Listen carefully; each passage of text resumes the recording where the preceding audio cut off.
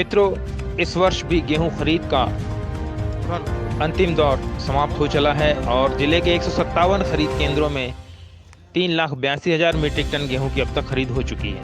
लेकिन इसके साथ ही अनियमितताओं का भी बोलबाला रहा। कहीं बोरियों में तौल तय मानक से कम निकली तो कहीं कुछ ज्यादा। सोशल डिस्टेंसिंग का भी ख्याल लगता है नहीं रखा गया, क्योंकि जिस दौरान हमारी टीम वहां पहुंची तो हमने नुनसर खरीद केंद्र पर देखा कि शाम के वक्त सभी मजदूर इकट्ठा होकर एक साथ भीड़ लगाकर पेमेंट ले रहे हैं, कहीं हाथ पांव धो रहे हैं। साथ ही लेबर पेमेंट एक बड़ी समस्या बनकर उभरा। सेवा सहकारी समिति निरंतपुर में विगत 2 वर्षों से लेबर पेमेंट का 1 पैसा भी नहीं पहुंचा, ऐसा कहना है वहां के प्रबंधक राजेश पटेल का।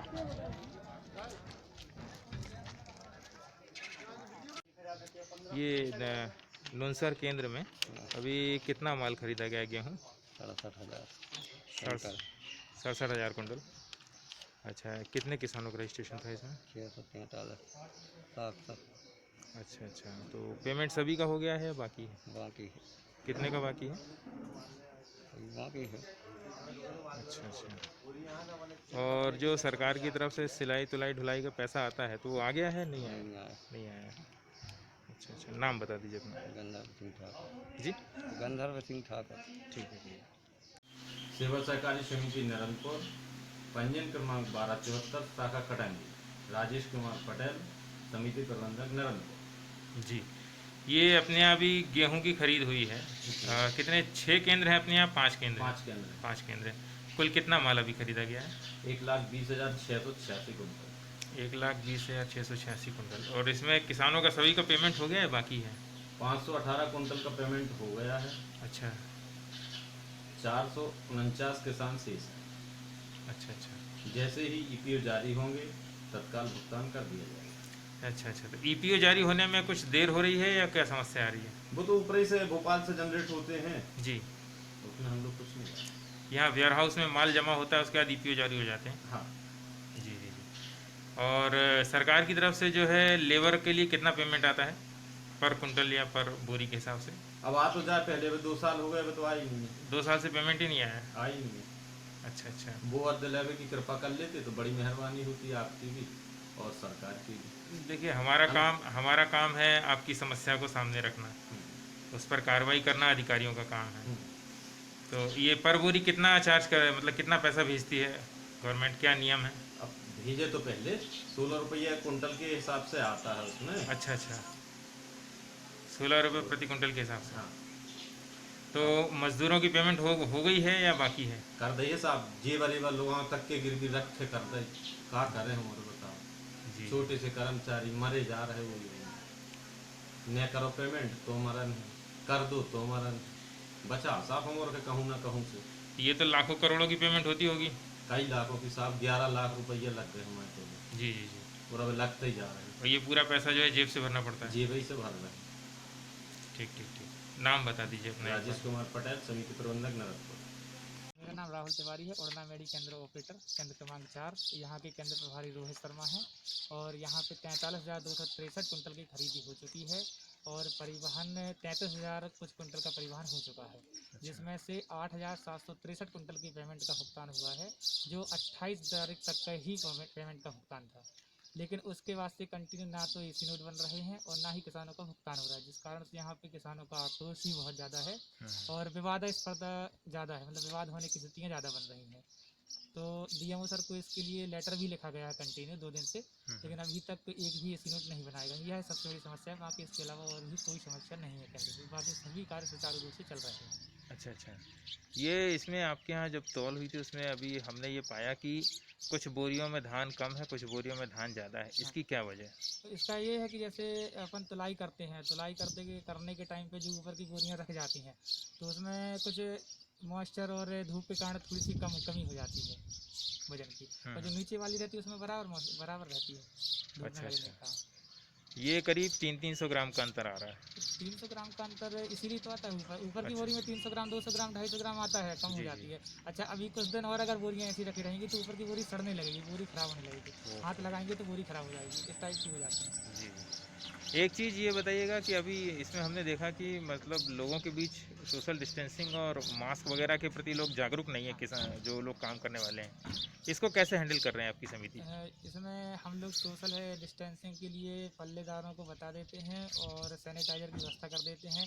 सी अधिकारी और तहसीलदार, एसडीएम वगैरह सर जो सर हैं सभी आते हैं यहाँ पे, और सैनिटाइजर की वो शासन के द्वारा व्यवस्था की जाती है, और शासन के द्वारा ही मास्क सैनिटाइजर की व्यवस्था कराई गई थी हमारे यहाँ पे, और हम लोग ने व्यवस्था कराई थी जो सभी को एक बांटे गए थे हम लोग की तरफ से। सरकार की तरफ से जो सिलाई तुलाई ढुलाई के लिए पैसा आता है तो वो आ चुका है? नहीं, अभी नहीं आया। तो फिर आप कैसे मैनेज कर रहे हैं? अब चल रहा है काम। मतलब बाकी जो मजदूर हैं, लेबर हैं, उनको पेमेंट मिल रहा है? नहीं, पेमेंट नहीं मिल रहा फिर लेबरों को। लेबर को पेमेंट नहीं हो रहा है, यही आश्वासन दिया जा रहा है कि जब पेमेंट का भुगतान आएगा तब दे दिया जाएगा। कुछ खर्चा पानी अभी समिति से जो लेकर के हाँ, वो हाँ। दे रहे हैं, बस उनको सिर्फ वही खाना खर्चा ही मिल रहा है, बाकी इनका पेमेंट का पेमेंट नहीं हो रहा है मतलब ये, क्योंकि लॉकडाउन की स्थिति चल रही है, पूरा देश बिना पैसे के परेशान है।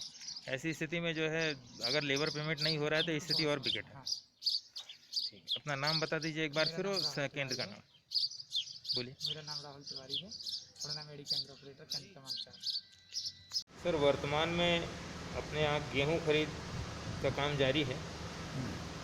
अभी तक कुल कितना माल खरीदा गया है?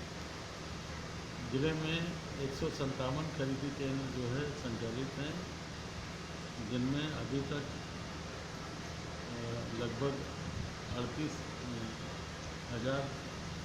33,485 किसानों से 3,82,000 मैट्रिक टन गेहूँ की खरीदी हो चुकी है, जिसकी कीमत लगभग 730 करोड़ रुपए होती है। इसमें से 404 करोड़ की जो है ईपीओ जारी हो चुके हैं और 383 करोड़ किसानों के खाते में जमा हो चुका है। ये लगभग 20,892 किसानों के राशि है। ये अभी कल जो बरौंदा के हम लोग केंद्र में गए थे उड़ना पे, वहाँ पर बोरियों में कुछ जगह जो है तौल में 300 ग्राम का अंतर आया था। मतलब कुछ बोरियाँ थी जिनमें 300 ग्राम कम था, कुछ में था जिसमें 300 ग्राम अधिक था।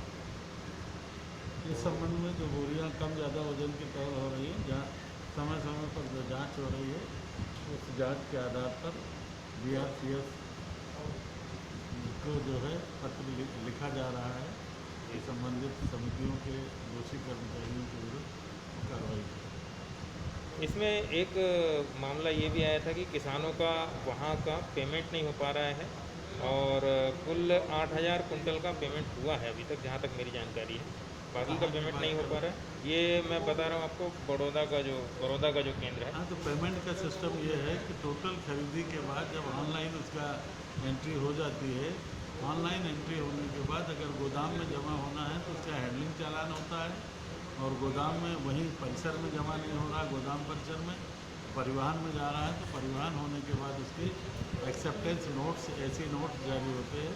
उसके बाद भुगतान की प्रक्रिया किसान के खाते में वो EPO के माध्यम से होती है। अभी एक्सेप्टेंस नोट जारी नहीं हो रहे हैं?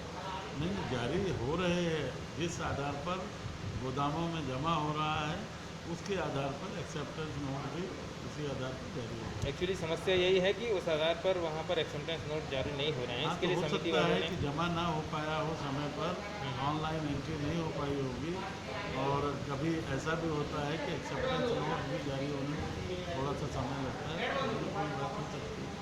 जी। अच्छा, एक सवाल और था कि जो सरकार की तरफ से किसानों की सिलाई तुलाई ढुलाई यानी कि वो जो माल की बोरे की है, उसका जो पैसा आता है, तो वो समितियों को अभी जारी कर दिया गया है, नहीं किया गया है?